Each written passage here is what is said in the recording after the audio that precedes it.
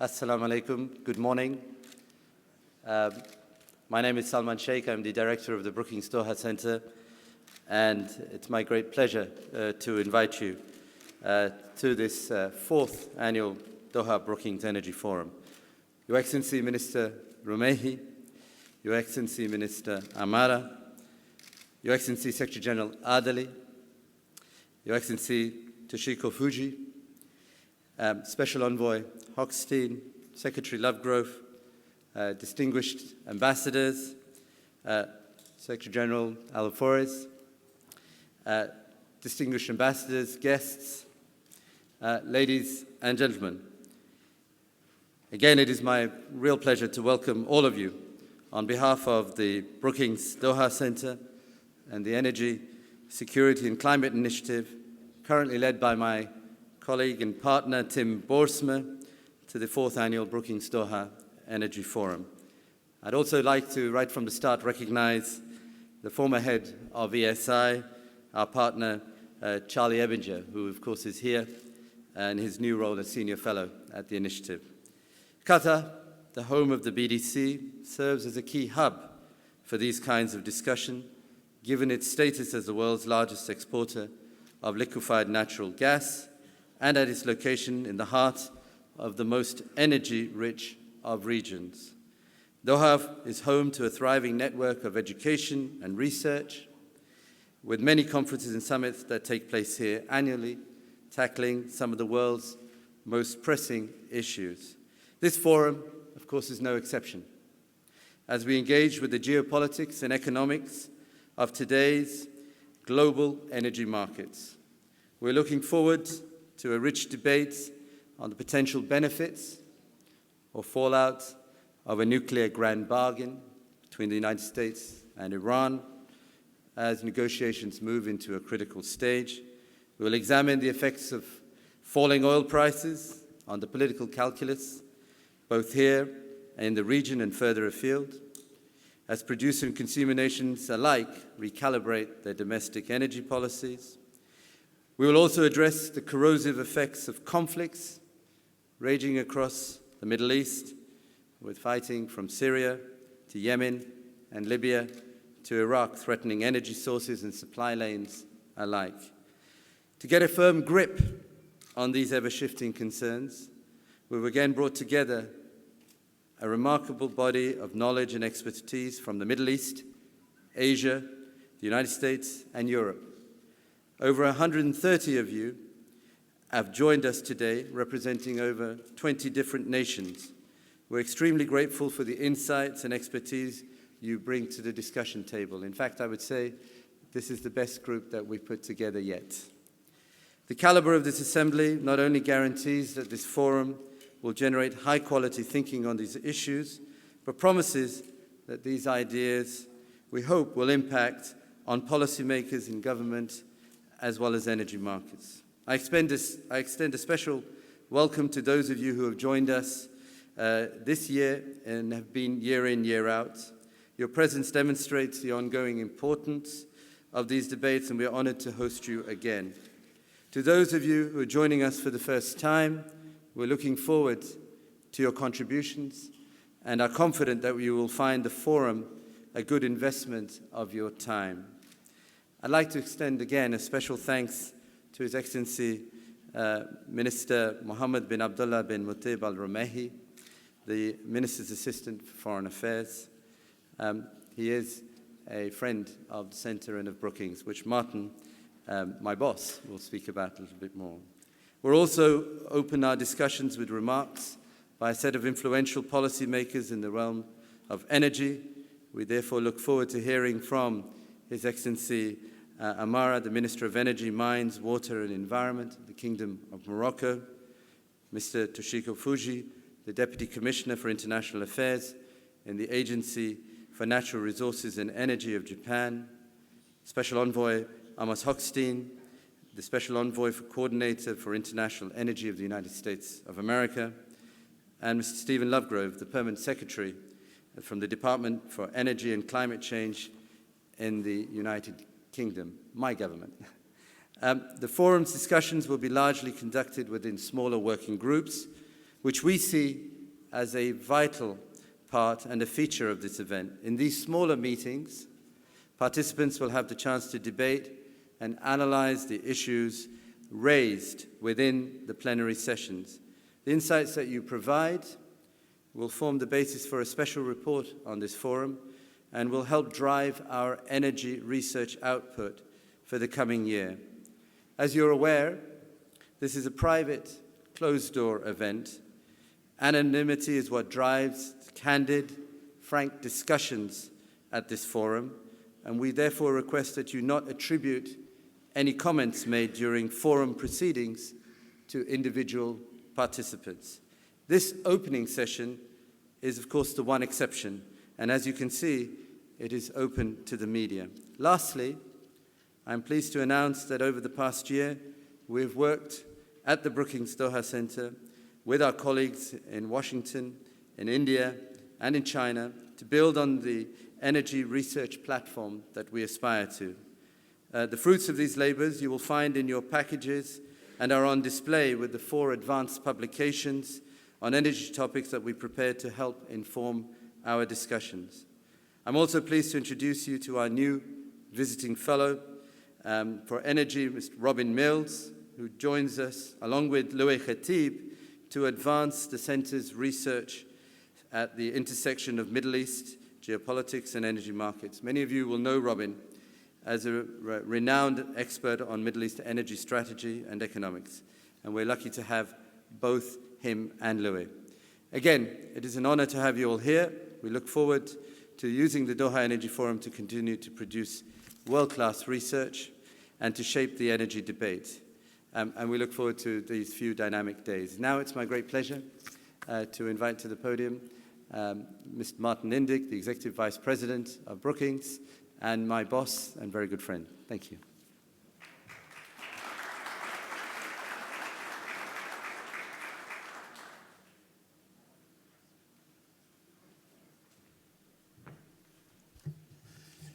Good morning, ladies and gentlemen.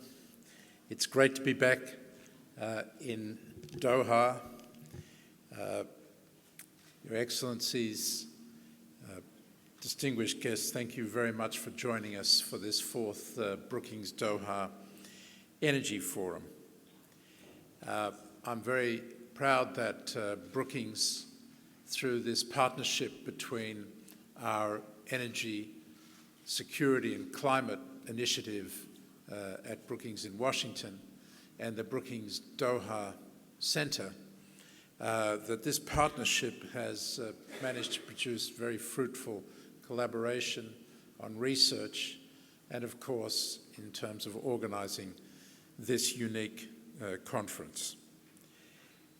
We meet at a time of great uncertainty in global affairs. The rise or the return of geopolitics with Russia's aggression in the Ukraine, China's growing assertiveness in its region, particularly in the South China Seas, and the collapse of order in this region, in the Middle East, has generated a great deal of uncertainty and instability around the world, and some real challenges to the international order. In fact, at any particular moment, one feels that the wheels are coming off the international system. That has potentially profound implications for global energy markets. And of course, vice versa. Turmoil in global energy markets can have a profound impact on the international order. In fact, it's a strange and even remarkable phenomenon today that the geopolitical instability that surrounds us is accompanied by such a dramatic fall in the price of oil. It is normally the opposite correlation, and therefore one has to wonder what is going on. Indeed, it's rare that such immense change can be reflected in this dramatic fall in the price of oil. During last year's Doha Energy Forum, the price of a barrel of oil stood at over $100. As recently as June of last year, the price was at $115. Since then, as you know better than me, the price of oil has fallen dramatically, now trading at around $55, but that is, I think, generally regarded as a soft number. These earlier high prices spurred new investments in energy technologies, especially the fracking techniques that have opened up vast deposits of shale oil and gas in North America. LNG supplies are now set to boom from Australia, and of course from North America and East Africa. This past summer, energy markets awoke to the potential effects of these new supplies, and of course the weaker than expected demand in Europe and Asia. It's become increasingly clear to consumers that they now have room to shop around. Storage tanks are full and supplies keep on increasing. A potential nuclear deal between the United States and the other members of the Security Council in Germany and Iran on the other side would mean even more oil and gas supplies entering an already flooded market as sanctions are gradually reduced. Does this mean we're entering a new era of low-price energy? Or is this a momentary phenomenon, with the picture soon to be altered again by a growing global economy fueled by the recoveries of the United States, India, China, and eventually even fueled by growing demand in Europe? Will it also be fueled by growing political instability in this part of the world, as well as growing political rivalry and friction between the great powers in Europe and in Asia? Markets, having perhaps overreacted to geopolitical concerns in past years, now appear unconcerned by a number of serious crises threatening major producers and transit lanes in the Middle East and elsewhere. The rapid expansion of the Islamic State in Iraq, seizing major urban centers, using oil revenues to fund their brutal activities. Even though most of Iraq's petroleum industry remains out of their reach, the country's fiscal crisis now threatens further investment there. The descent of Libya into civil war, with two governments fighting for control of the country and the revenues generated by an increasingly intermittent oil supply. The collapse of the Yemeni government, just in this region, followed by growing violence and the effective division of the country alongside one of the world's busiest shipping lanes. And then there's Russia's intervention in the Ukraine, pushing Europe to seek alternative supplies for natural gas. How long will it be before these combinations of instability, conflict, and geopolitical competition will impact the energy markets? So far, the major producers of OPEC have made it clear that they will not step in to shore up energy prices. How long will that continue to be the case? Certainly, the drop in prices is forcing countries around the Gulf to reconsider their national budgets. Last year, subsidy reform in this region still seemed far distant, yet now governments are forced to take a serious look at how to rein in spending. At the same time, the global natural gas market is ever more integrated, one in which Qatari LNG exports to China and Japan might compete with American supplies sailing through a newly widened Panama Canal.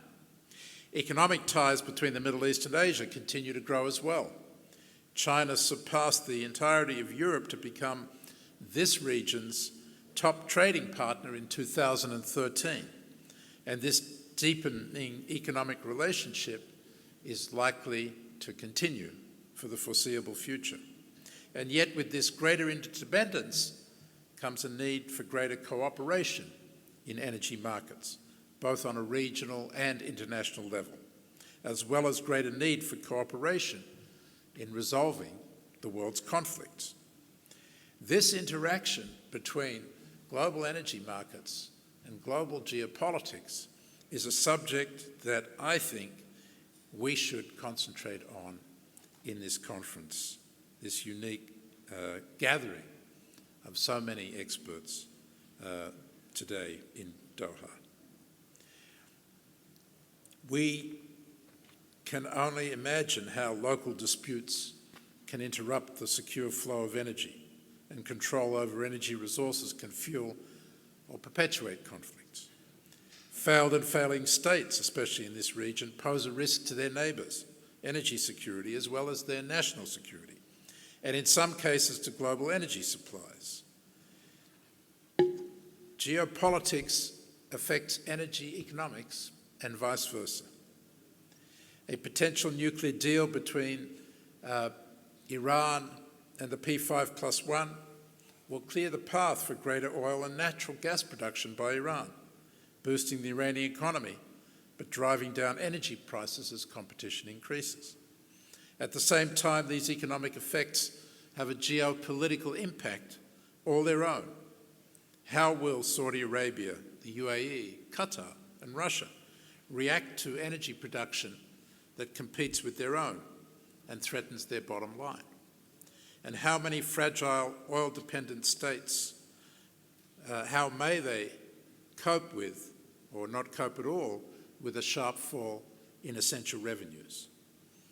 We haven't yet seen the political impact of these dramatic drops in revenues on oil producers around the world. These are just a few of the reasons why we've convened this forum for the fourth time, to examine how geopolitics on a broad scale, the political economy of individual states, both producers and consumers, and the interplay of markets around the globe come together to shape and alter the entire energy landscape and the impact that can have on citizens of this world. I look forward very much to engaging with all of you, with all your expertise. But in the first instance, I want to welcome to the podium my good friend and partner, Mohammed Al-Romehi, the Assistant Foreign Minister of the government of Qatar. He has served in many distinguished positions in the government of Qatar. We first worked together when he was Assistant Minister for Follow-up Affairs. He then came to Washington as Qatar's ambassador. We had an opportunity to work closely together there. And now, as the right-hand man of Foreign Minister Al-Attiyah, he is playing a critical role at a time when Qatar's relations with the United States and the countries of its region could not be more important, and they could not be in better hands than in the hands of Mohammed Al-Romehi. So, ladies and gentlemen, please join me in welcoming Vice Minister Mohammed Al-Romehi.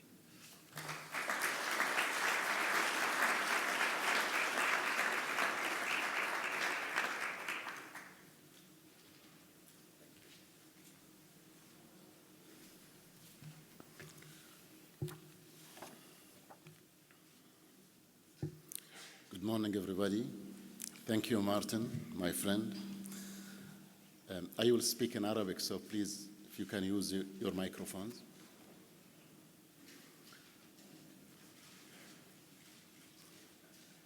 بسم الله الرحمن الرحيم. معالي عبد القادر أمارة, وزير الطاقة والتعدين والمياه والبيئة بالمملكة المغربية، سعادة توشيهيكو فوجي نائب المفوض لوكالة الموارد الطبيعية والطاقة في اليابان، سعادة آموس جي هوستن المبعوث الخاص من وزارة الخارجية الأمريكية، سعادة ستيفن لوفغروف السكرتير الدائم بإدارة الطاقة والتغير المناخي في المملكة المتحدة، سعادة السيد عادلي الأمين العام لمنتدى الدول المصدرة للغاز بالدوحة، أصحاب السعادة السفراء والضيوف الأكارم والسيدات والسادة الأعزاء، إنه لمن دواعي سروري أن أرحب بكم جميعاً بالإنابة عن سعادة الدكتور خالد بن محمد العطية وزير الخارجية بدولة قطر في هذا المنتدى، منتدى بروكنز الدوحة السنوي الرابع للطاقة الذي يعقد هذا العام تحت عنوان استقرار الطاقة أم شعور خاطئ بالأمان. تعتبر الكيفية التي تساهم بها التغييرات الجيوسياسية والاقتصاد السياسي والأسواق في التأثير على أوضاع الطاقة من القضايا الهامة للغاية كعهدنا بها دائماً. فقد انخفضت خلال العام الماضي أسعار البترول والغاز بمعدلات كبيرة، واستمرت طفرة إنتاج البترول والغاز الصخري في الولايات المتحدة الأمريكية ومناطق أخرى من العالم، وأثر ذلك على عدم الاستقرار والصراعات في الساحة الإقليمية وعلى إنتاج وصادرات الطاقة في بعض دول منطقة الشرق الأوسط وفي أماكن أخرى من العالم في ظل استمرار المفاوضات للوصول إلى إحراز تقدم حول الملف النووي الإيراني. ضيوفنا الكرام، نفتخر في دولة قطر بلعب دور بناء على الساحة السياسية إقليمياً ودولياً وعالمياً وفي أسواق الطاقة أيضاً، ويتمثل أحد الطرق التي نستخدمها للقيام بهذا الدور في توفير المكان لإجراء الحوار حول القضايا الهامة، وذلك بالضبط كما نخطط الآن لاستضافة المحادثات بين الفصائل اليمنية في محاولة لحل الأزمة السياسية التي تعاني منها جارتنا اليمن.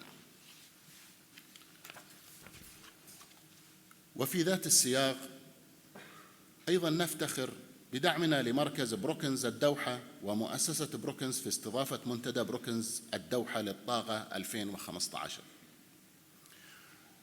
فمنذ شراكتنا مع بروكنز لإطلاق مركز بروكنز الدوحة في عام 2008 والذي أفتخر شخصياً بتأسيسه مع صديقي سعادة السفير مارتن إنديك وبعض الأخوة الذين يشاركوننا في هذا المؤتمر، فلقد تمتعت كل من وزارة الخارجية بدولة قطر بعلاقات وثيقة ومثمرة مع كل المنظمات، كما أن مركز بروكنز الدوحة ومن خلال البحوث والمنشورات والفعاليات التي قدم مساهمات قيمة لتطوير الثقافة السياسية والأكاديمية في دولة قطر. لقد كنا سعداء بشكل خاص ونحن نشاهد النمو المستمر لبرنامج المركز في مجال الطاقة، ونحن نتطلع إلى مواصلة شراكاتنا واستضافة العديد من المنتديات في المستقبل. إني أود أن أعزو الفضل إلى زميلي وصديقي العزيز سعادة السفير مارتن إنديك نائب الرئيس التنفيذي لمؤسسة بروكنز لنجاح هذا المشروع. وعليه فإنه يسرني أن أعلن الافتتاح الرسمي لأعمال المنتدى، متمنياً لكم جميعاً التوفيق وطيب الإقامة في الدوحة وأن تجدوا فرصة لزيارة مدينتنا الجميلة. أهلاً وسهلاً بكم في مدينة الدوحة، والسلام عليكم ورحمة الله وبركاته.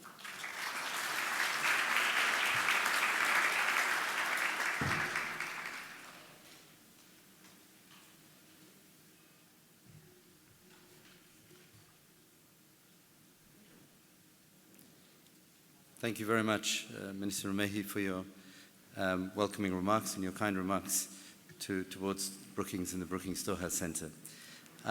It's now my pleasure to start the high-level session. And first of all, it's my great pleasure to introduce His Excellency Dr. Abdelkader Amara, who has been Morocco's Minister of Energy, Mines, Water and Environment since October 2013. He previously served as the Minister of Industry, Trade and New Technologies. As a member of Morocco's National Assembly from 2002 to 2011, Dr. Amara chaired the Committee of Productive Sectors and was a member of the body's Executive Office. He holds a PhD from the Hassan II Institute of Agronomy and Veterinary Sciences. It's a great pleasure to have you here, Mr. Minister, and thank you to you and to the Kingdom of Morocco for your support for this forum and for Brookings. Please.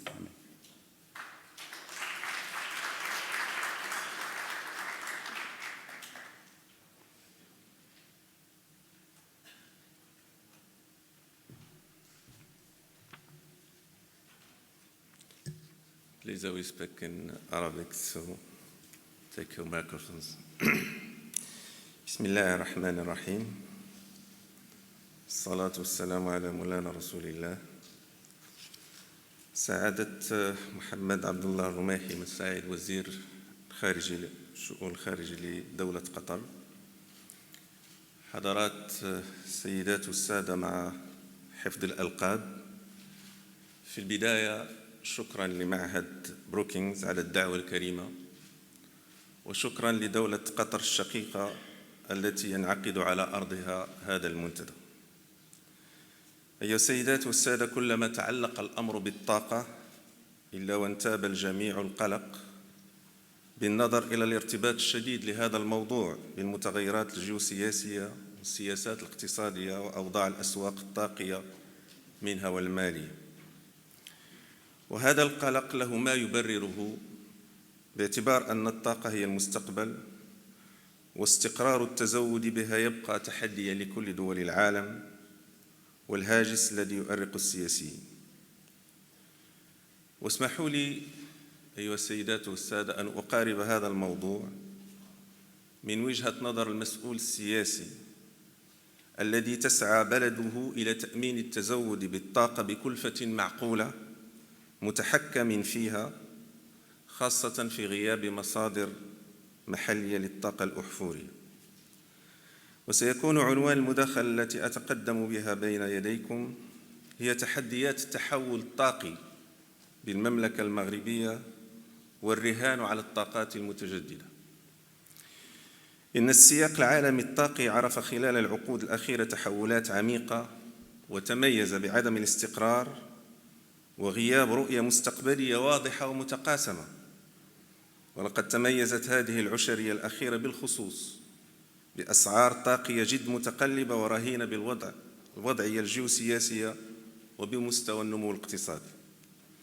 وقد أدت هذه الوضعية إلى تطوير بعض الشعب الطاقية الجديدة كالطاقات المتجددة التي عرفت تطوراً ملحوظاً في السنوات الأخيرة، حيث سترتفع حصتها بين 2012 و 2040 من 14% إلى 19% بالنسبة للاستهلاك العالمي للطاقة الأولية، ومن 21% إلى 33% بالنسبة للاستهلاك العالمي للكهرباء. وتواصل هذه الشعب نموها بالرغم من تراجع أسعار الطاقات الأحفورية الذي نعيشه اليوم، والذي لن يكون في نظرنا إلا مرحلياً، ولا يجب أن يؤثر على ركائز السياسات الطاقية، حيث يجب أن يؤخذ كمعطى ظرفي باعتبار أن السياسات الطاقية تؤسس على قواعد ثابتة لضمان التزويد الطاقي على المدى المتوسط والبعيد. ونستحضر في هذا السياق التطورات التي عرفتها النماذج الطاقية لبعض البلدان الصناعية الكبرى، وخاصة القرارات المتعلقة بالاستعمال أو التخلي عن الطاقة النووية لإنتاج الكهرباء، ولجوء البعض إلى الفحم الحجري لتأمين تحوله الطاقي، حيث أن بعض الدول التي تبنت الطاقات المتجددة كتوجه استراتيجي لتعويض الطاقة النووية اضطرت للرجوع لاستعمال الفحم الحجري لتلبية حاجياتها الطاقية، في حين اعتمدت دولا أخرى توجها معاكسا باللجوء إلى استعمال الطاقة النووية لإنتاج الكهرباء رغم حادثة فوكوشيما.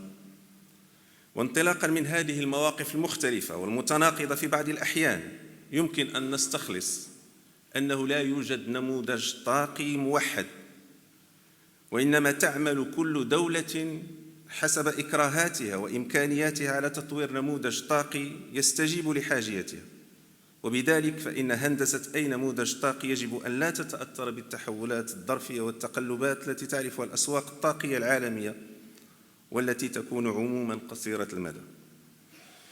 كيف هيأنا في بلدنا تحولنا الطاقي؟ فيما يخص المملكة المغربية فإن الخيارات الاستراتيجية التي اعتمدتها من أجل وضع نموذجها الطاقي تأخذ بعين الاعتبار مميزات وخصوصية قطاع الطاقة بالمغرب، وكذا الظرفية الصعبة التي كان يعرفها القطاع قبل سنة 2008 والذي كان يتميز بغياب إطار مؤسساتي وقانوني محفز للاستثمار الخاص، مما أدى إلى التأخر الكبير في إنجاز البنيات التحتية الطاقية بالرغم من التزايد المستمر للطلب على الطاقة الكهربائية بنسبة تناهز 7% سنوياً.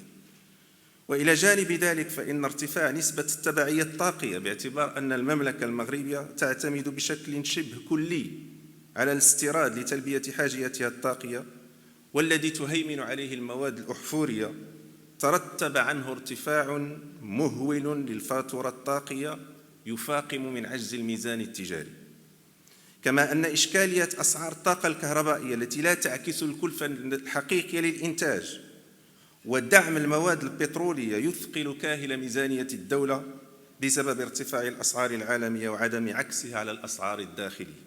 في ظل هذه الإكراهات وكذا التحديات التي تفرض هذه التحولات، كان من الضروري على المغرب القيام بمراجعة عميقة للاستراتيجية الطاقية بهدف وضع نموذج طاقي مغربي يأخذ بعين الاعتبار كل الخصوصيات التي تحدثت عنها.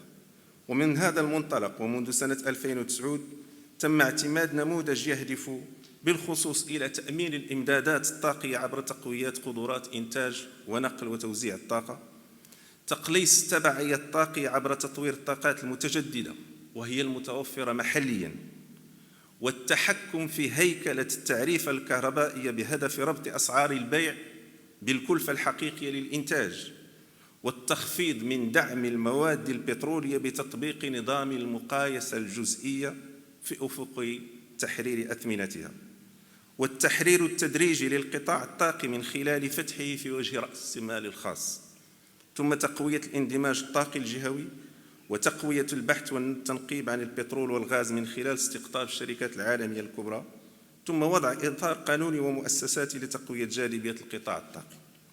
في هذا الإطار يجب التأكيد أنه بالموازاة مع وضع إطار قانوني جديد ومحفز للاستثمار تم القيام بإصلاح عميق للإطار المؤسساتي لقطاع الطاقة بالمغرب، حيث تم إحداث مؤسسات طاقية جديدة تعنى خاصة بتطوير الطاقات المتجددة والنجاعة الطاقية والبحث والابتكار في ميدان الطاقة، وكذا تحفيز الاستثمار في هذا المجال. ولقد ساهمت هذه الإصلاحات في تدارك التأخر الذي كان حاصلا في إنجاز البنيات التحتية الكهربائية، حيث تم بين 2008 و2014 إنجاز قدرات كهربائية إضافية بلغت إجمالا 2600 ميجاوات تمثل فيها الطاقات المتجددة نسبة 27%. وموازاة مع تقوية قدرات الإنتاج تم تفعيل مجموعة من الإجراءات المتعلقة بالنجاعة الطاقية في إطار برامج قطاعية. أما فيما يخص المجال النفطي فتجدر الإشارة إلى أهمية الاستثمارات التي تمت تعبئتها للرفع من قدرة التكرير من 6 إلى 10 مليون طن سنوياً من النفط، كما تم في إطار إصلاح تدريجي إلغاء دعم الدولة لمحروقات البنزين والغازوال ومادة الفيول نهائياً مع مطلع سنة 2015. كما ساهم تحديث الإطار القانوني في تزايد اهتمام الشركة العالمية بالتنقيب والبحث عن الهيدروكربورات بالمغرب، حيث تشتغل حالياً 34,000 شركة بمختلف الأحواض الرسوبية للمملكة المغربية البرية والبحرية، حيث ينص القانون على أن الشركات المنقبة تملك 75% من حقوق الاستغلال. ولعلمكم في المساحات الأحواض الرسوبية القابلة للتنقيب بالمملكة تصل إلى حوالي 900,000 كيلومتر مربع. ونستخلص أن المملكة المغربية قاطعت بالفعل أشواطا متقدمة في تفعيل نموذجها الطاقي الذي يعرف حاليا تحولا بفضل هذه الأوراش والإصلاحات الهيكلية التي تم تفعيلها أو إعطاء انطلاقاتها في المرحلة الأولى من الاستراتيجية الطاقية، والتي ساهمت في الرفع من حصة الطاقات المتجددة في تلبية الطلب الطاقي، وانتقلت من 2.13% سنة 2008 إلى حوالي 6% سنة 2013، ومن المتوقع أن تفوق هذه الحصة 14% سنة 2025. وبذلك عرفت نسبة التبعية الطاقية تراجعا ملحوظا، حيث انخفضت من 97.5%، وهو الرقم الذي كان لدينا سنة 2008، إلى 93.6% سنة 2013، ومن المتوقع أن تتقلص إلى مستوى 85.44% سنة 2025. يجب التذكير بأن هذا التحول الطاقي الذي يقوده المغرب يرتكز على 4 محاور. المحور الأول يتعلق بتقوية البنى التحتية للإنتاج ونقل الطاقة الكهربائية على الصعيد الوطني وتقوية الربط الكهربائي الجهوي. وفي هذا الصدد يعمل المغرب على إنجاز قدرات كهربائية منشأة جديدة تقدر بحوالي 12600 ميجاوات في أفق 2025. فكما لا يخفى عليكم، فالمغرب يتميز بمؤهلات جد هامة في مجال الطاقات المتجددة، حيث يتوفر على مكمن شمسي يناهز 6.5 كيلووات في المتر المربع في اليوم، وعلى مكمن ريحي يصل إلى 25,000 ميجاوات على اليابسة، كما يتوفر على ما يناهز 250,000 ميجاوات كمؤهلات ريحية في عرض البحر. واعتبارا لهذه المؤهلات، أعطى المغرب في إطار نموذجه الطاقي انطلاق أشغال 3 برامج مندمجة لإنجاز محطات كهربائية من مصادر شمسية وريحية وكهرومائية بقدرة 2000 ميجاوات لكل واحد منها، وبذلك ستصل حصة الطاقات المتجددة 42 من القدرة الكهربائية المنشأة في أفق 2020، وهو رقم غير مسبوق إقليميا وجهويا. فيما يتعلق بالمشروع المغربي للطاقة الشمسية، تم الشروع في إنجاز المحطة الكهربائية الشمسية الأولى بإعطاء الانطلاقة الرسمية في 2013 لأشغال إنجاز محطة نور 1 بقدرة 160 ميجاوات مع 3 ساعات للتخزين بهدف تشغيلها هذه السنة. كما تم اختيار مجموعة أكوا التي ستولى إنجاز الشطر الثاني لهذه المحطة نور 2 ونور 3 بقدرة 350 ميجاوات بقدرة تخزينية تتجاوز 6 ساعات. إلى جانب برامج تطوير قدرات الإنتاج الكهربائي من مصدر شمسي حراري مركز، تم في بداية نوفمبر الماضي اعتماد خارطة طريق لتنمية استعمال الطاقة الشمسية من الخلايا الكهروضوئية على نطاق واسع. وهذا الورش الكبير الذي يمنح فرصا جديدة للمستثمرين يشمل برنامج محطة توليد الكهرباء بأطراف الشبكة الكهربائية الوطنية، سيتم إنجازها على شكل محطات صغيرة ومتوسطة تتراوح قدرتها بين 10 و 30 ميجاوات. كما يشمل هذا الورش تطوير مشاريع محطات شمسية سيوجه إنتاجها للمستهلكين المزودين بالجهد المتوسط، والذي يمثل حوالي 1500 ميجاوات في أفق 2030، وتطوير استعمال الطاقة الشمسية من الخلايا الكهروضوئية على نطاق واسع بالقطاع السكني والخدمات المزودين بالجهد المنخفض، والذي قد يصل إلى 4500 ميجاوات. أما فيما يخص البرنامج المغربي للطاقة الريحية، فقد عرف تقدما كبيرا في الإنتاج، حيث تبلغ حاليا القدرة المنشأة من أصل ريحي حوالي 755 ميجاوات، وتوجد 370 ميجاوات في طور الإنجاز. كما توجد في طور التطوير حقول ريحية تصل قدرتها الإجمالية إلى 1150 ميجاوات. فيما يتعلق ببرنامج الطاقة الكهرومائية، تصل القدرة المنشأة حاليا إلى 1770 ميجاوات، وتوجد 650 إضافية في طور التطوير. والجدير بالإشارة أن المغرب يقوم بإنشاء محطات لتحويل الكهرباء عبر الضخ ضمن منظومته الكهربائية ومزاوجتها مع المحطات الكهربائية الريحية التي يتميز إنتاجها بالتأرجح والتقطع، وهذا يمكن من استقرار الشبكة الكهربائية. ولمواكبة الارتفاع لقدرات الإنتاج الكهربائية من أصل متجدد، تم اعتماد برنامج لتطوير استعمال الغاز الطبيعي المسال على نطاق واسع، ويهدف في مرحلته الأولى إلى تقوية استعماله في إنتاج الكهرباء، ثم في مرحلة ثانية في القطاع الصناعي. وسيمكن هذا المشروع من تطوير باقة كهربائية مرتكزة على تقنيات موثوقة ومرنة وفعالة، وتصل الحاجيات الوطنية من القدرات الإضافية للمحطات ذات الدارة المركبة convened cycle إلى 3000 ميجاوات في أفق 2025. ويستلزم تشغيل هذه المحطات حوالي 3 ملايير متر مكعب من الغاز الطبيعي في أفق 2025، بالإضافة إلى حوالي 2 مليار متر مكعب في نفس الأفق بالنسبة للقطاع الصناعي وقطاع تكرير النفط.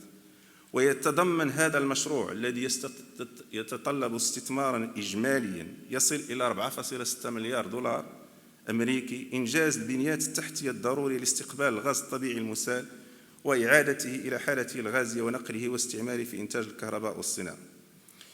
وموازاة مع تطوير قدرات الإنتاج جولي المغرب اهتماما كبيرا لإدماج منظومته الطاقية في الفضاء الأورو مغاربي، حيث عمل على إنجاز ربط كهربائي مع إسبانيا بقدرة 1400 ميجاوات يمكن البلدين من تبادل الكهرباء وتأمين تزويد أسواقهما في أحسن الظروف. كما أن المغرب يعمل على تقوية الربط مع إسبانيا بإنجاز خط ثالث بقدرة 700 ميجاوات، وأول ربط كهربائي مع البرتغال بقدرة 1000 ميجاوات. والمحادثات جارية حاليا بين المغرب وإسبانيا والبرتغال لإنجاز هذه المشاريع. فيما يخص الربط مع الجزائر فقد تم إنجاز خطين كهربائيين بقدرة تبادل إجمالية تناهز 400 ميجاوات، وكذا إضافة خط كهربائي ثالث مما رفع قدرة التبادل إلى 1200 ميجاوات. كما أن مشروع الربط الكهربائي المغربي الموريتاني الذي يهدف إلى إنجاز خط كهربائي من فئة 400 كيلوفولت لربط نواديب بالداخلة يوجد حاليا في مرحلة الدراسات التقنية الأولية من أجل اختيار الحل الأمثل، ومن شأنه أن يعزز التبادل والاندماج الجهوي للأسواق الكهربائية بشمال إفريقيا المرتبطة بأوروبا ودول جنوب الصحراء التي تعتبر أسواقا واعدة. لقد تم وضع قانون متعلق بالطاقات المتجددة أعطى رؤية واضحة للمستثمرين الخواص، وفتح آفاق مهمة لإقامات منشآت لإنتاج الطاقة الكهربائية واستغلالها انطلاقا من مصادر الطاقات المتجددة من لدن أشخاص ذاتيين أو معنويين من القطاع العام أو الخاص، محليين أو أجانب. ويسمح هذا القانون بتصدير الطاقة الكهربائية المنتجة من مصادر متجددة. كما يواصل المغرب فتح السوق الكهربائية في وجه المستثمرين الخواص، وخاصة الإنتاج موجه للمستهلكين المزودين بالجهد المتوسط والجهد المنخفض. سيتم إحداث في غضون هذه السنة هيئة مستقلة لتقنين الطاقة لمواكبة التحولات التي يعرفها القطاع على المستوى الوطني، وخاصة فتح السوق الكهربائية من مصدر متجدد في وجه المستثمرين الخواص.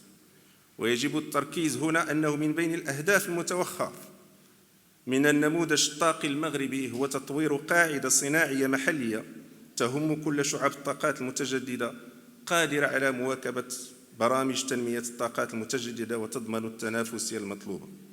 وهناك كذلك دور للبحث التطبيقي والابتكار في تعزيز الصناعة والخبرة المحلية. يتم التمويل المباشر لمشاريع البحث والتطوير لمواكبة البرامج الوطني للطاقات المتجددة من خلال بنيات تحتية متطورة في مجال البحث والتطوير. وعلى سبيل المثال مركب التكنولوجيا الخضراء بمنطقة مراكش الأول من نوعه بالقارة الإفريقية.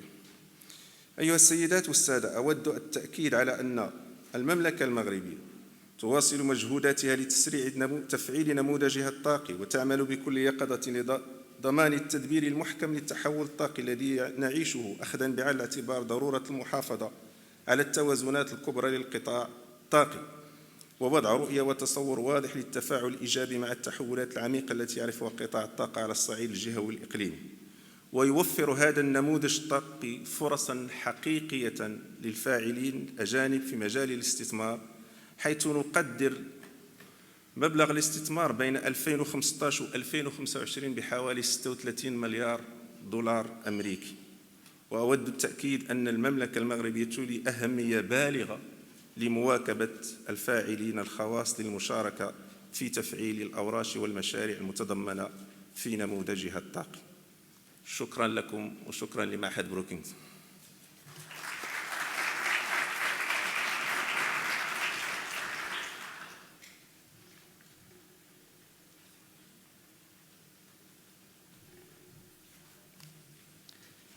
Thank you very much, Dr. Abdelkader.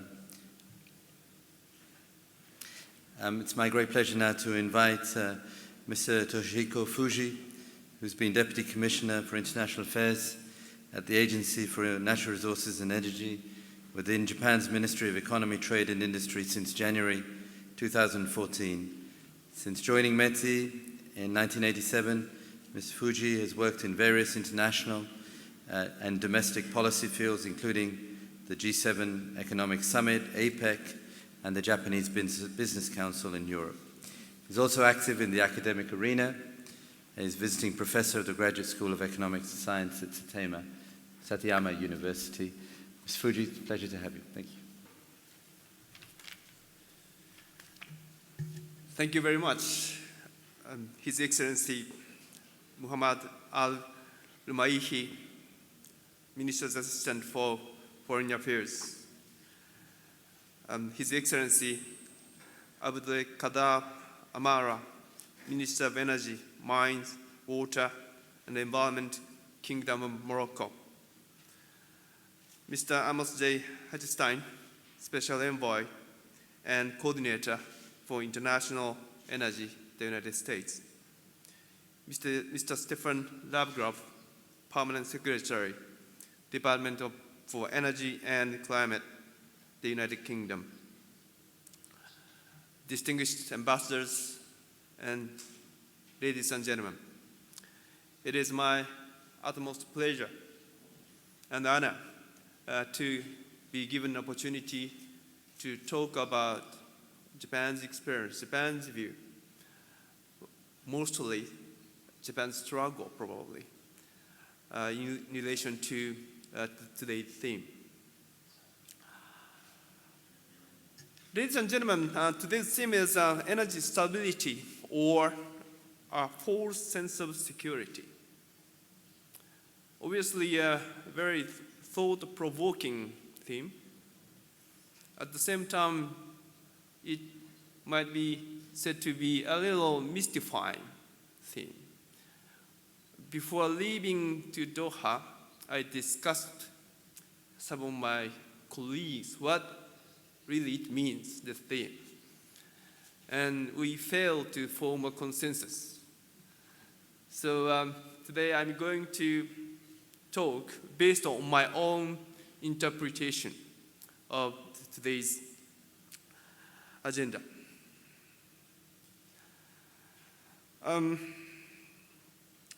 March the 11th, 4 years ago, Japan overnight lost energy stability. May not be overnight, but in a very, very short period of time. On that very day, gigantic earthquake struck. Probably you are aware of what happened as the sequence, but nonetheless, let me just repeat. Earthquake happened, attacked, and then reactors, 4 reactors, Fukushima Daiichi unit, automatically shut down. That far good. And then next thing what happened is we lost outside power source. That was also taken into account. So the start, which led to the start of emergency power generation. The next thing happened is that huge tsunami waves came to the plants. That was the problem. That was too high, higher than design base of Fukushima Daiichi nuclear plant. That means those emergency generators, which are working to cool down, shut down reactors, were destroyed. And 4 reactors, that means 4 reactors lost cooling power generation for cooling down their reactors. In spite of desperate effort to cool down summer, you might remember the scenes that Japan's self-defense forces helicopters are dropping down waters from above. In spite of those efforts, eventually what we saw is a core melt of some of those 4 reactors plus hydrogen explosion. That happened 4 years ago.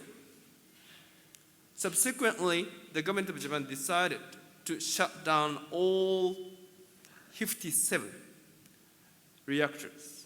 57 reactors at that time produced more than 30% of total energy. And the consequence was, of course, significant. Japan's self-sufficiency rate of energy went down as low as 6%. And dependency on fossil fuel went up from 60% to 90%. Trade balance. I joined my ministry in 1987 when Japan was very strong, competitive. And the biggest issue for my ministry was the trade friction. We have trade wars with virtually every part of the world. And I would never have guessed Japan would have a trade deficit. But that's a reality now. And major reason for trade deficit is shutdown of nuclear reactors. And that led to subsequently the increase of energy cost for household and industry users, more than 30% averagely speaking. Those situations forced us to redefine or at least rethink energy security. We lost stability and we had to think about energy security again from new perspectives. And then let me touch upon 4 perspectives that we thought important. One is well-functioning market.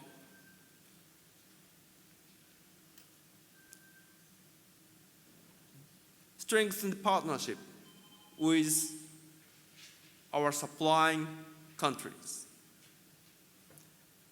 Long-term investment, in particular, investment into upstream resource development. And the 4th one is renewed belief in appropriate energy mix. Let me touch upon one by one briefly.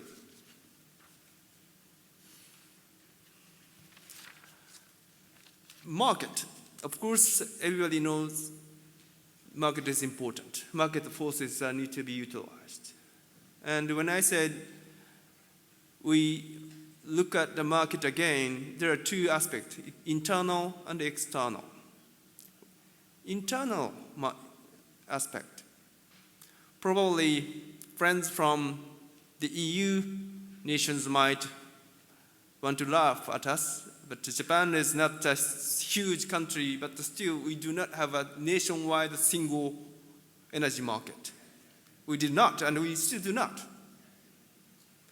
As you know, Japan is an island nation and which are not connected with neighboring countries. Plus, Japan itself has been divided into 6-7 regional energy markets, which are more or less autonomous in terms of supply and demand. Of course, their district or regions are connected, but the connection was very, very weak. Why this was the problem? This became a huge problem when those 4 reactors suddenly stopped. Those 4 reactors were owned by Tokyo Electric Power Company, the biggest one. And they are suddenly fall into the shortage situation. But other electric company cannot really provide electricity to Tokyo area because of that division. So we are now trying very hard to dismantle those barriers, segmenting regional electricity market, liberalization. A total liberalization plan is ongoing. Of course, bringing down prices is a big incentive for that electricity market reform. But what I want to emphasize here is that it's just not about the prices, but also security. In light of what happened right after Fukushima, the security concern is a big driving force for Japan's liberalization effort and trying to create a nationwide unified market. And same can be said to gas market. We also are making very hard effort to in terms of full liberalization of gas market. And this effort has now been gradually translated into changes in behavior of power operators. For example, Tokyo Electric Power Company and another big one, Chubu Electric Company, are now joining in terms of their procurement effort. That was not possible under the regulated scheme, but now it's possible now. That is internal aspect of well-functioning, better functioning market. External aspect is, suddenly I said Japan's self-dependency ratio went down as low as 6%. That means that 94% we are buying from overseas. That means international market matters a lot. Take an example of a natural gas market.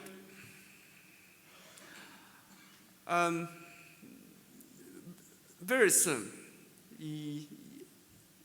from the United States, the export of LNG, of course shale gas origin, will be starting. And shale revolution is crossing the Pacific. The amount of gas coming from the United States, based on the contract agreed so far, is not negligible small. It's account for around 20% of Japan's total gas demand. And the price is gas link, not oil link, and destination free. And this increased option for us help us to diversify supply sources and hoping that this new flow of gas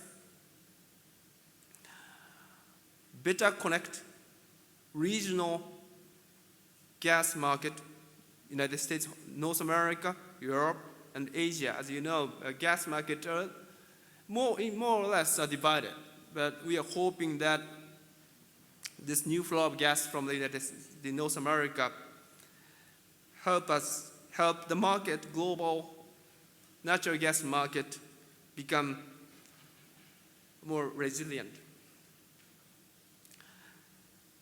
Let me touch upon the second, the strengthen the partnership with our supplying countries.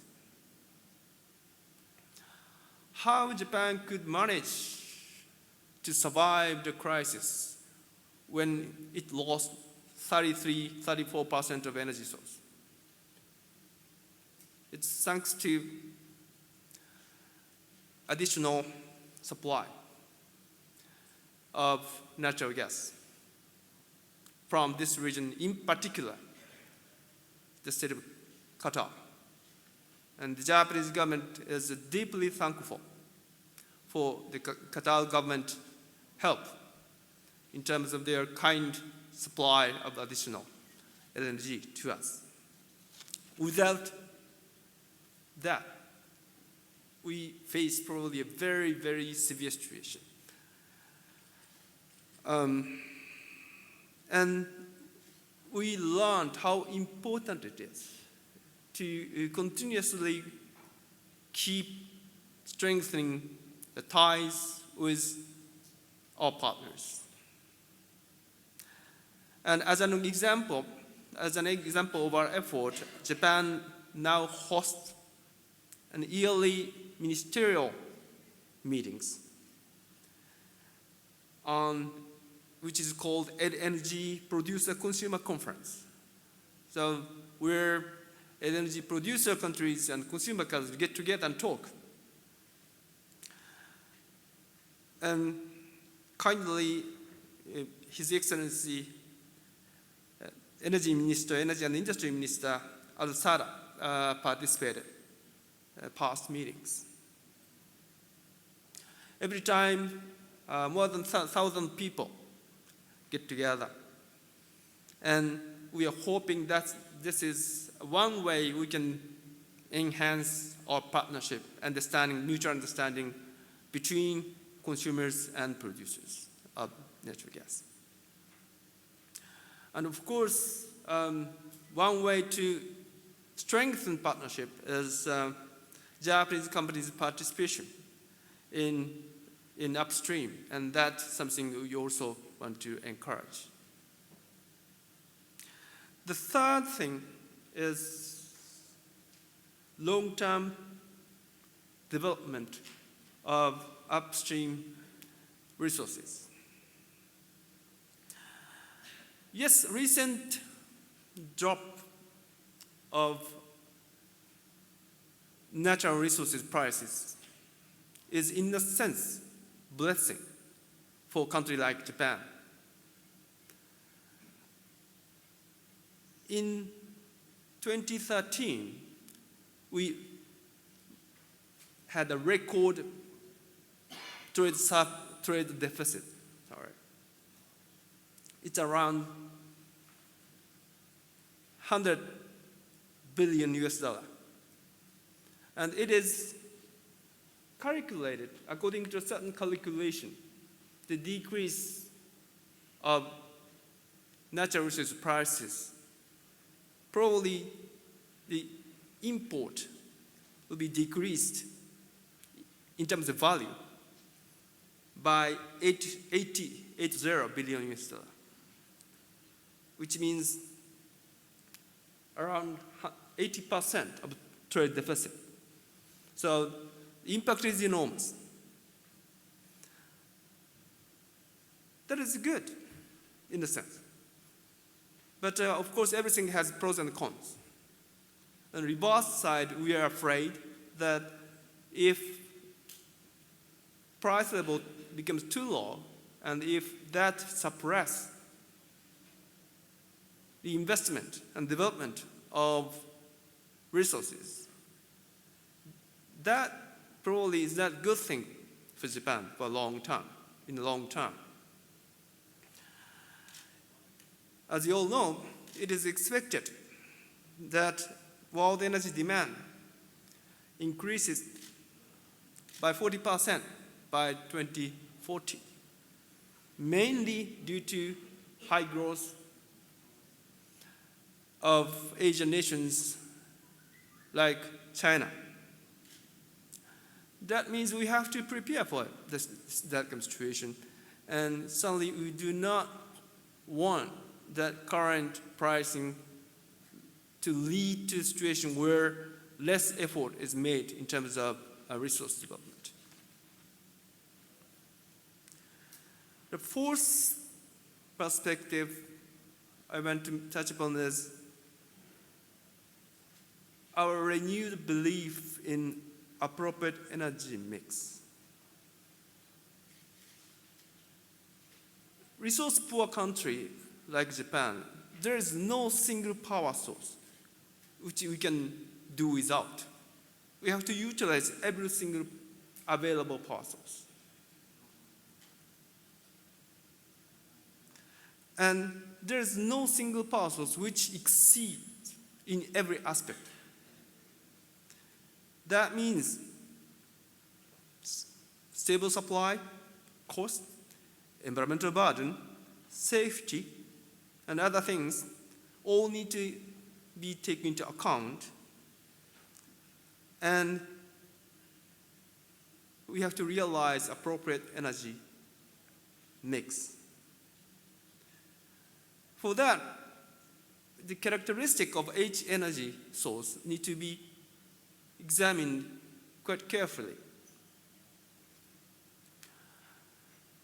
what we see now is, for example, we are seeing increased construction of a coal-fired plant in Japan, which substitute nuclear. But it's only coal-fired plant. There's a discussion about how it could be environmentally friendly. But at the same time, coal needs to be something we have to continue to rely on. That means what we have to do, we have to enhance efficiency as much as possible. Efficiency of coal-fired plant. Renewables, certainly very important source. But we have some might be aware, but we have some problem. Feed-in tariff price is set too high. So many people rush into solar power generation, which produce some problems. So more rational regulatory scheme is necessary, and strengthening grid capability is necessary. And those things, while promoting renewables, those efforts need to be done in parallel. Nuclear. Of course, it is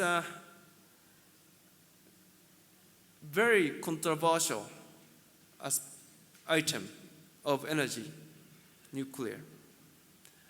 Japan still not been able to come up with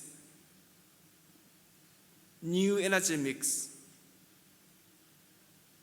Mainly because of there is a dividing opinion how much we want to rely on nuclear. I said it was 32, 33, 34 prior to Fukushima. Then how much do we want? Policy direction is we want to continue to use nuclear. That is clear. At the same time, policy direction is we want to decrease dependency as much as feasible. So where the two lines cross. In terms of security, nuclear has some strong points. For example, if you want to run 1,000 megawatt power plant for a year, you only need 21-ton uranium, processed uranium. Just 2 trucks full of resource enables 1,000 megawatt plant to run a year without stopping. If you want to do the same thing with coal-fired plant, then you need a huge 20 coal-carrying vessels. That amount of coal is necessary. That means stockpiling is very easy in terms of resource of nuclear. That is certainly a strong point in terms of security. And all those things, of course, there are many other things too, but will be being considered and will be considered further. And Japan will come up with new energy mix. The first energy mix after the accident, sometimes this year. And in terms of restarting of reactors, Nuclear Regulations Authority has provided scientifically and technologically probably one of the most stringent safety standards. And as long as reactors meet those newly provided, newly written down regulations, those reactors will be back to operation. And there are 4 reactors which passed, there are phases of examination by the authority, and the 4 reactors passed the first examination. And of course, it's totally up to regulatory authority when and how many they allow reactors to go back to operation. But we are expecting that probably some of them will be back to work before the end of this year. Ladies and gentlemen, I touched upon market and partnership, long-term investment, and good energy mix. I would like to conclude my remark by saying something probably the obvious. Share revolution, new energy technologies, and geopolitical instability, and Asian shift of the center of energy consumption. Our international energy situation is very unstable, changing. And in that kind of environment, I want to stress the importance of government policy. Certain policy put in place, and the impact is felt by industry or people, and having an impact on quality of life of people. There is a time lag. It takes time. And in that respect, it is crucially important. I believe that the government has a constant and policy and long-term consideration that probably provide predictability to the market. Resource prices market inevitably might be volatile, but policy cannot be volatile.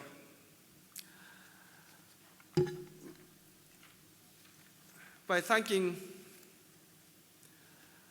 everybody here, again, to give me this opportunity to talk about my view. And with that, I'd like to conclude my speech. Thank you very much for your attention.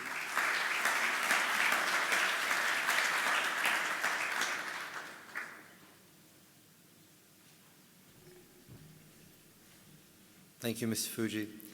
And thank you for attempting to answer the riddle of a question that we've posed. So we've been in the Middle East, in Morocco. We went all the way to Japan. And now I'd like to go across the Pacific to the United States of America. Amos Hochstein currently serves as a Special Envoy and Coordinator for International Energy Affairs, leading the Bureau of Energy Resources at the U.S. Department of State. He oversees U.S. foreign policy engagement in the critical intersection of energy and national security. Prior to this role, Mr. Hochstein served as Deputy Assistant Secretary for Energy Diplomacy, following several years on Capitol Hill and in the private sector. We often hear in this region, Special Envoy Hochstein, what is the United States doing when it comes to energy? And I think you're a great person to have. You are joining us again. It's a great pleasure to welcome you. Thank you.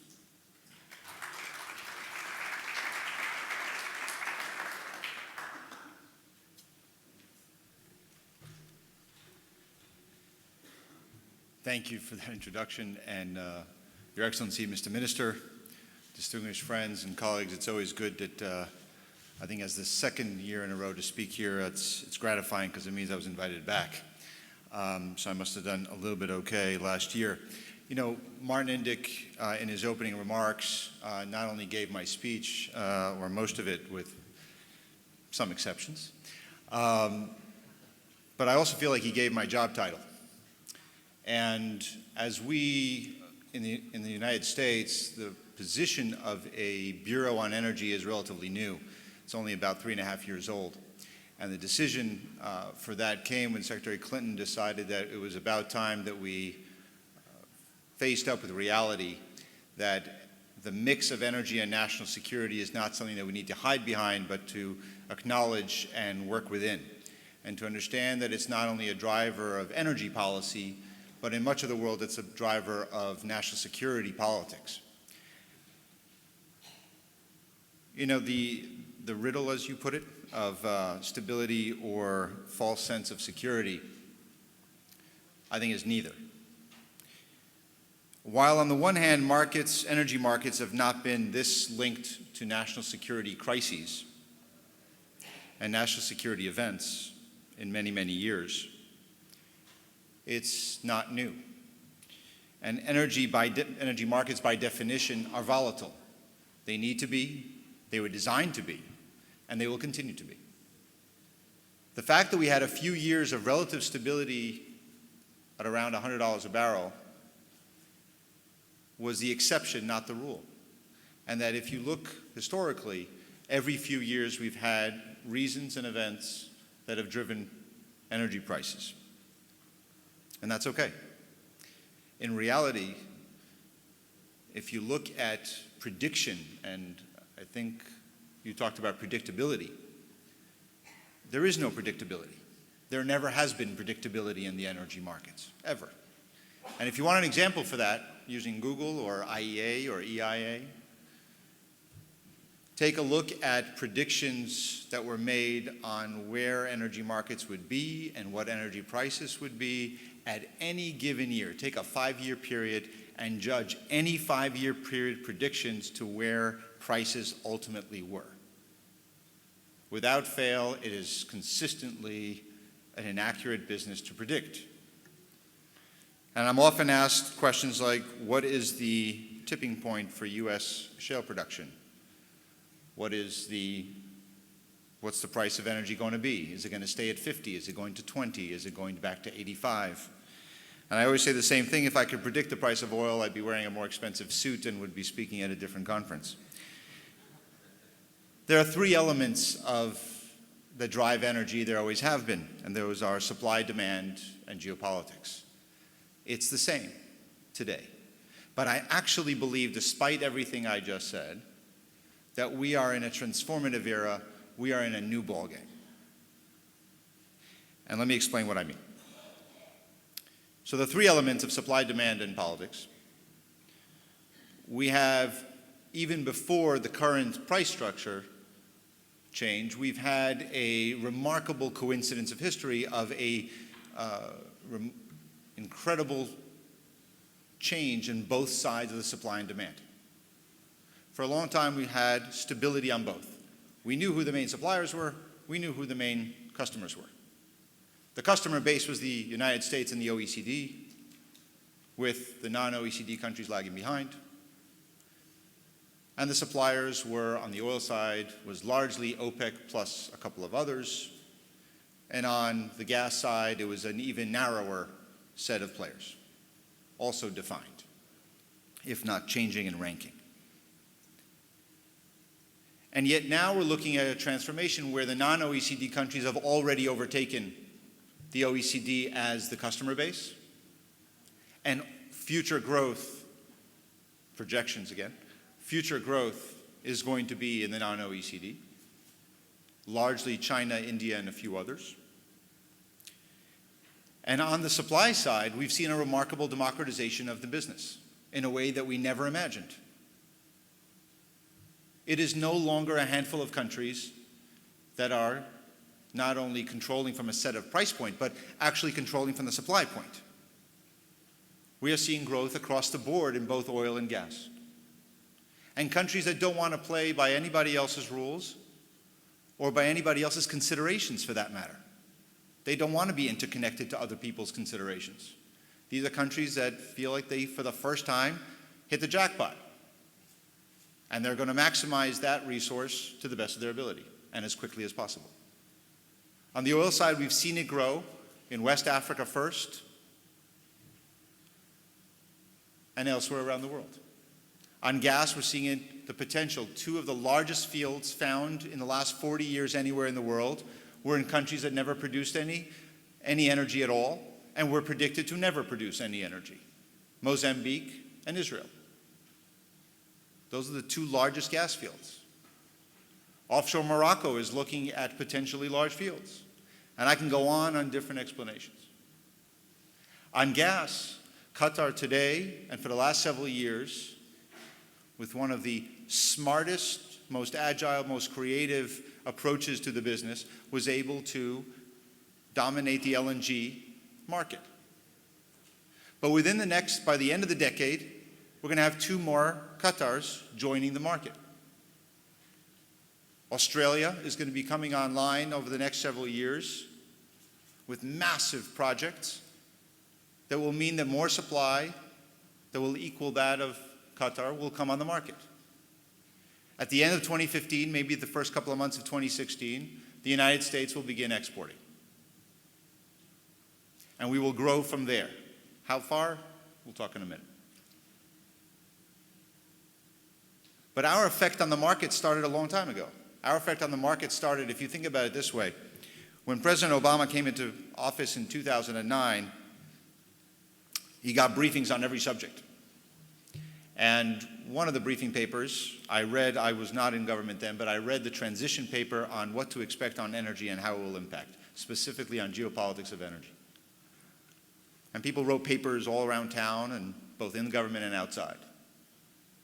The United States' dependency on LNG imports will continue to rise dramatically and exponentially, which means that our foreign policy towards producers of gas, as well in the Middle East, as well as in other countries around the world, needs to be taken into consideration as we look at these issues.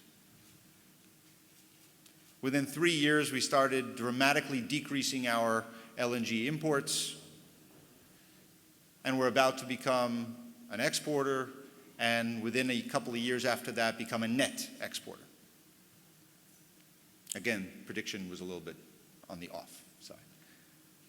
But it's a dramatic change because what we affected the market was the decline in our purchases. If you look at that projection and what producers were going to be doing was sending gas to the United States and relying on the United States as a growing market, with prices soaring in Asia to around the Fukushima disaster time to $20 in Japan and $17, $18 in the rest of Asia and $14, $15 in Europe. And at that time, $6 in the United States or so.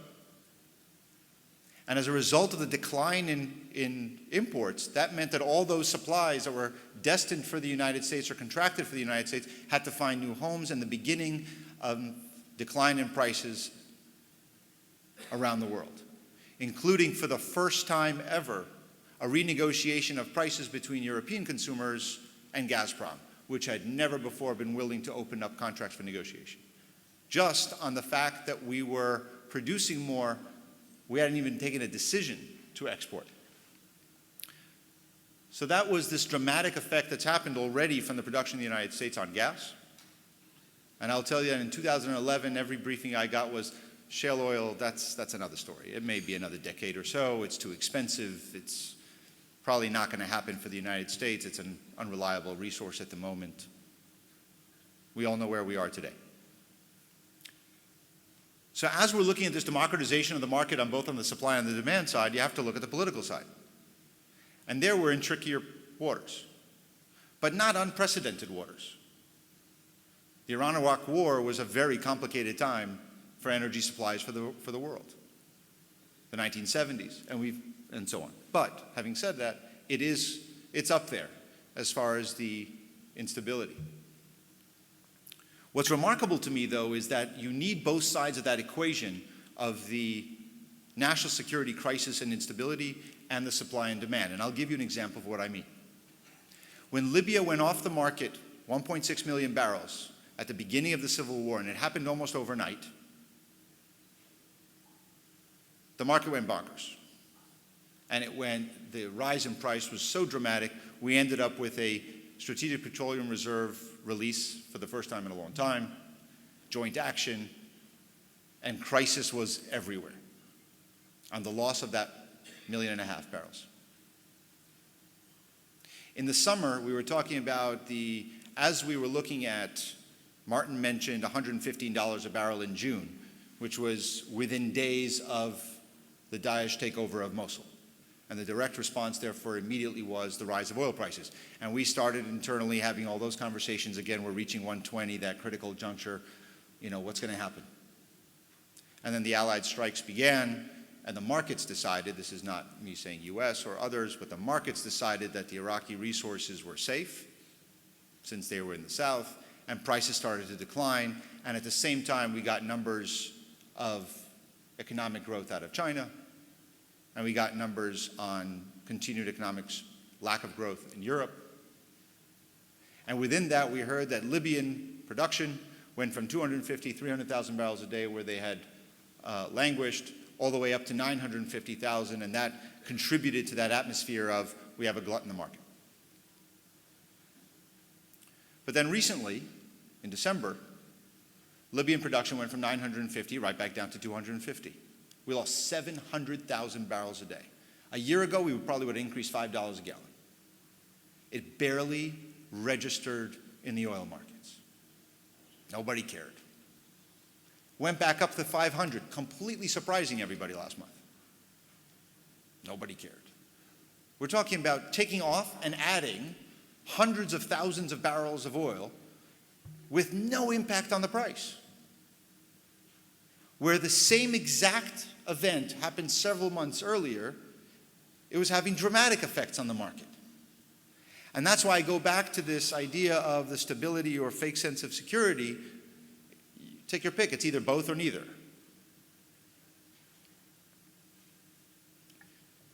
So what does this all mean? I think that's the biggest question for us.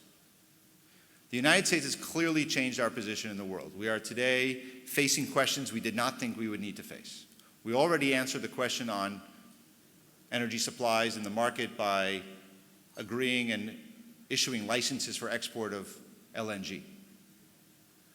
But every study that supported and opposed our exports of LNG policy suggested that it would mean an increase in price. Those opposed to LNG exports said it would have a dramatic increase in price just by allowing it.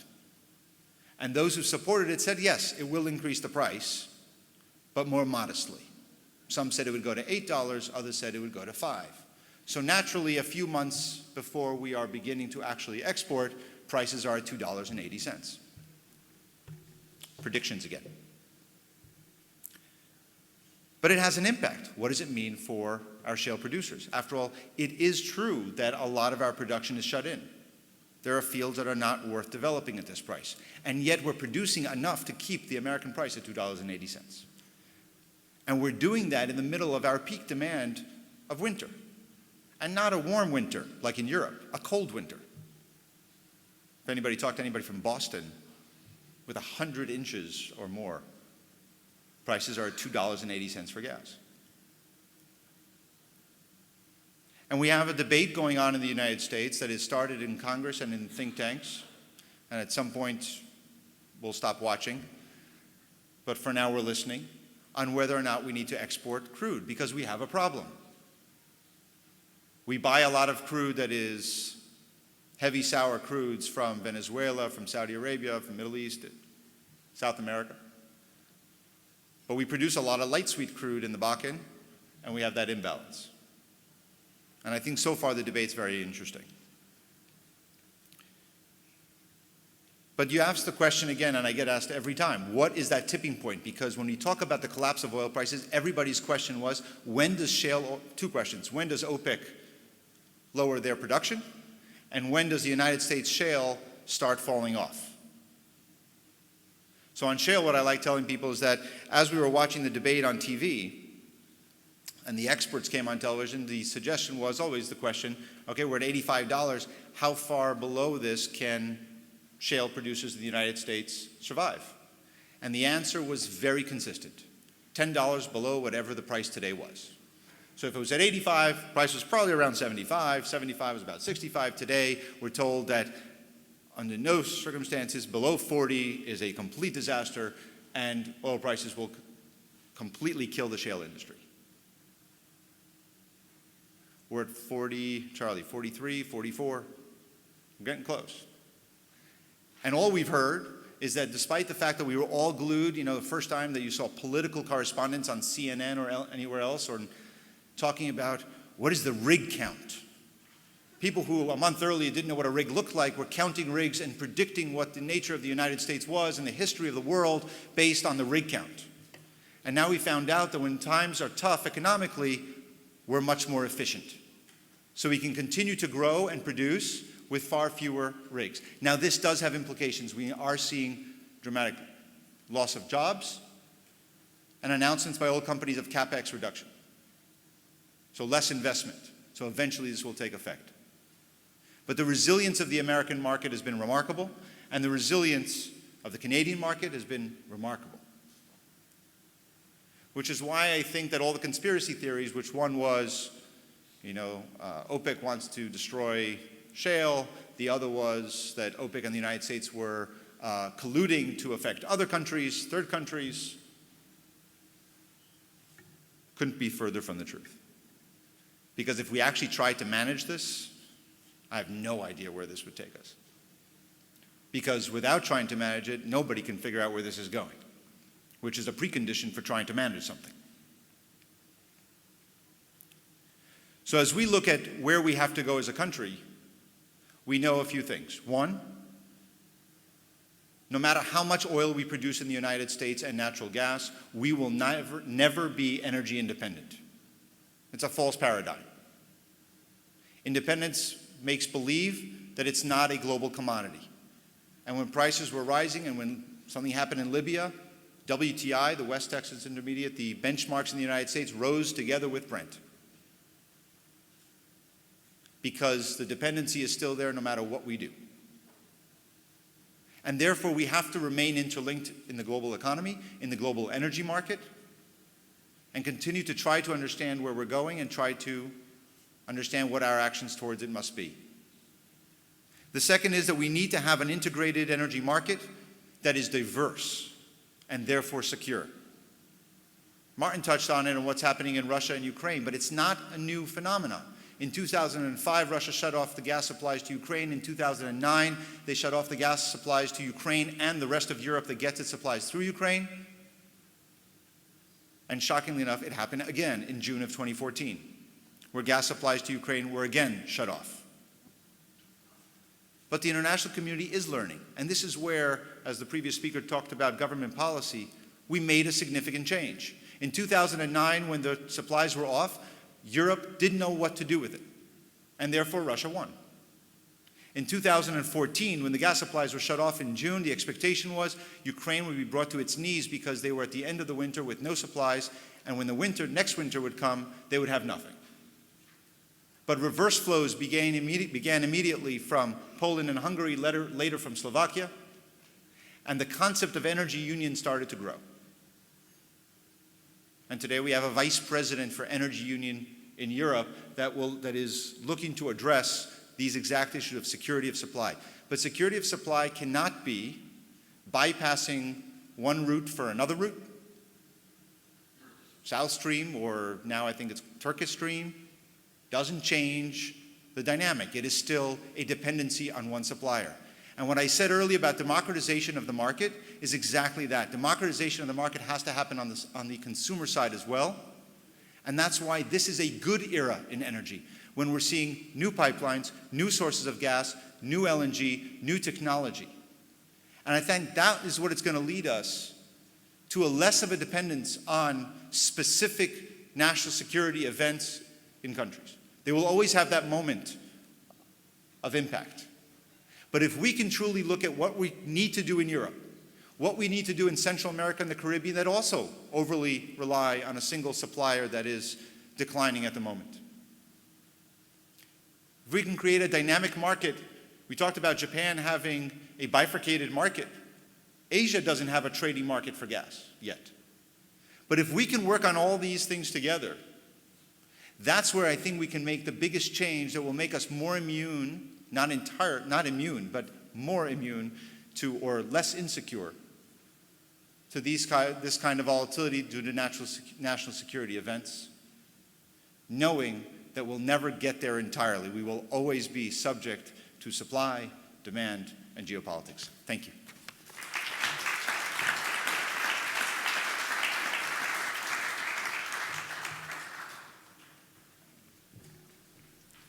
Thank you very much, Amos. Your suit looks great. Your tie is wonderful. Of course, we've been in the Middle East, we've been in Asia and the United States, North America. We, of course, need a view from Europe, and therefore and where else to go but to Her Majesty's government. It's my great pleasure to invite Mr. Stephen Lovegrove, who became the Permanent Secretary at the UK's Department for Energy and Climate Change in February 2013. Mr. Lovegrove leads on UK government energy, climate change policy, including gas, LNG and investment in UK energy infrastructure. Prior to the department, he spent several years in the private sector, including at Shareholder Executive and Deutsche Bank. It's a pleasure to have you, Mr. Lovegrove. Thank you.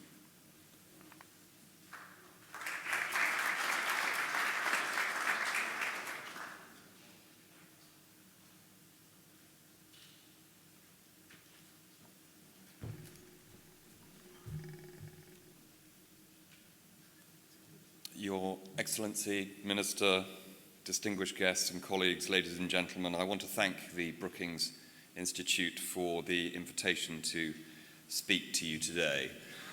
And the topic of this forum couldn't be more timely as far as we are concerned. It goes to the very heart of current EU discussions on energy.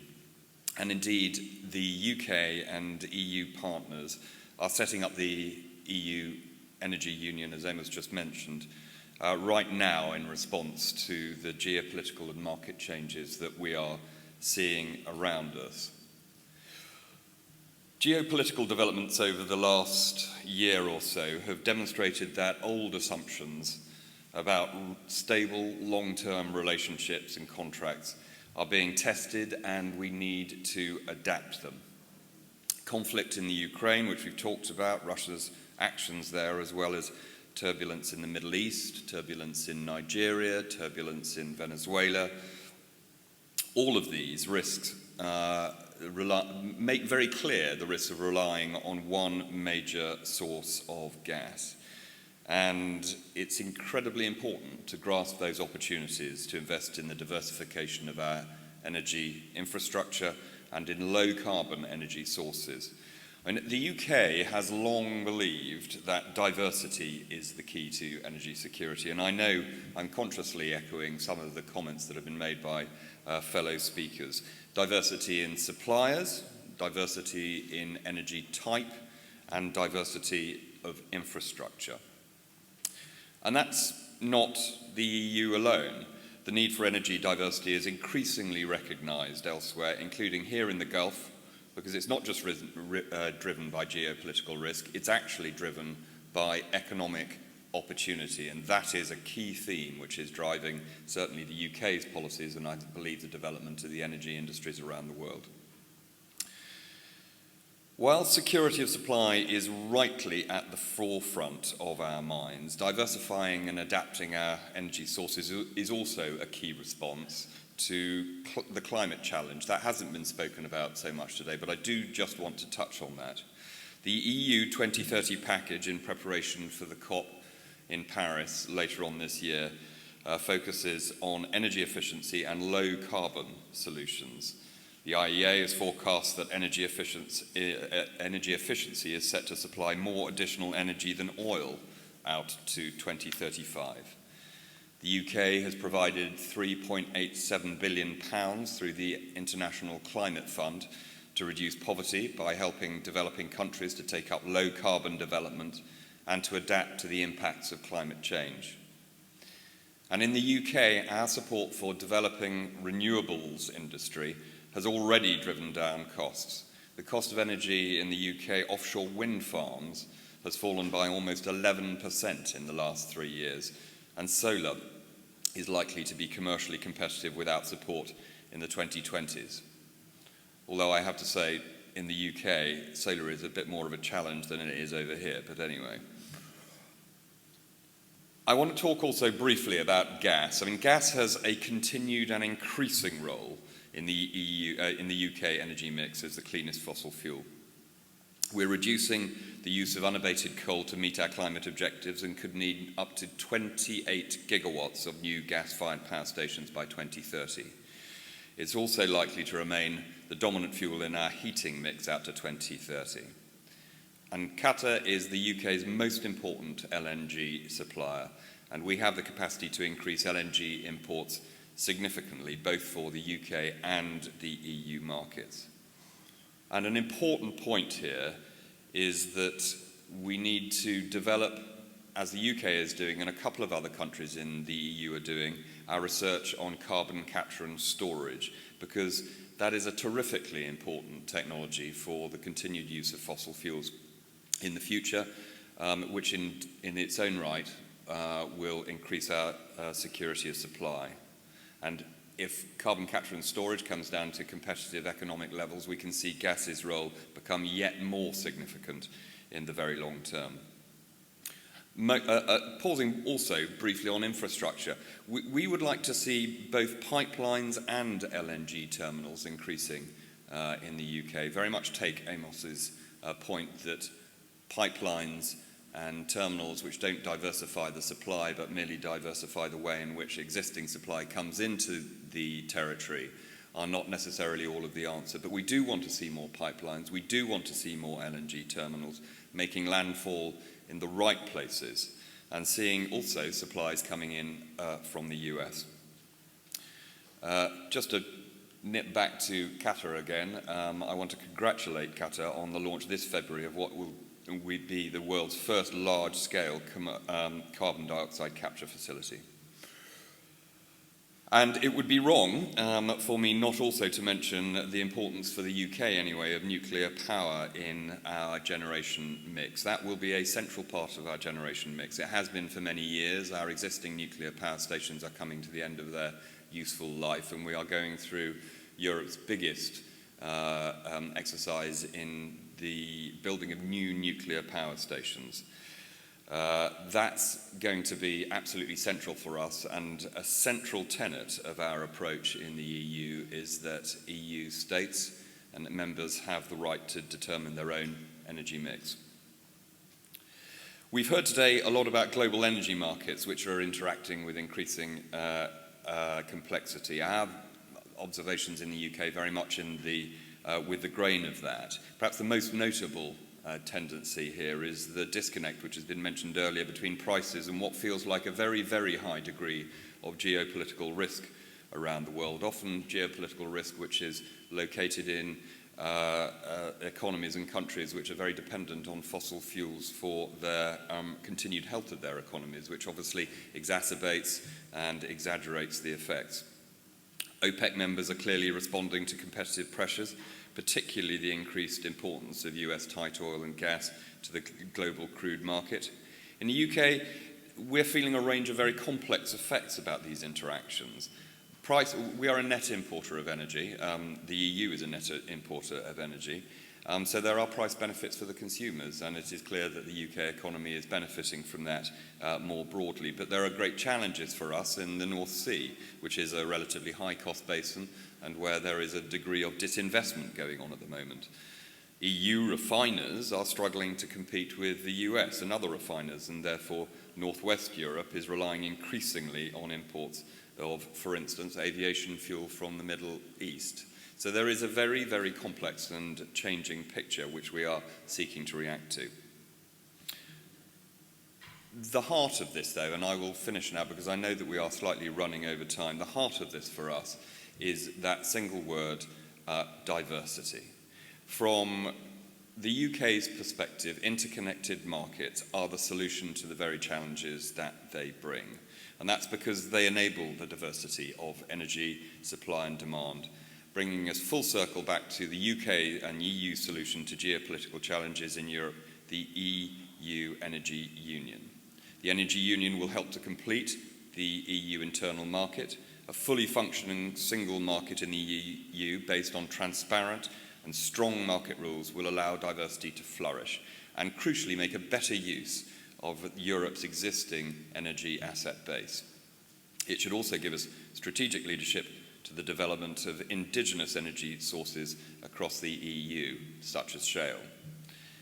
And through greater interconnection, it should strengthen the EU's individual and collective resilience against geopolitical shocks.